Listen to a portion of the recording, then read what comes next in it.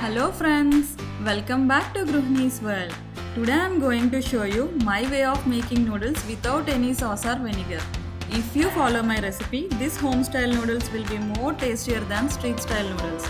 So let's jump into our kitchen and get started.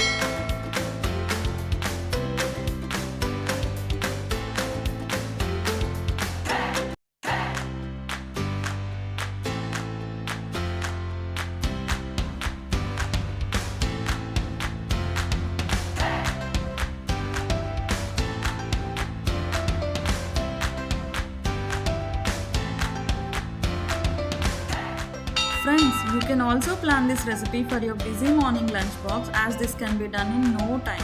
Also, this will not dry out like our regular noodles. Please do try this recipe and share your valuable feedback with me in the comment section below. Also, if you like this recipe, don't forget to like, share and subscribe Gruhini's World. Thank you. Bye.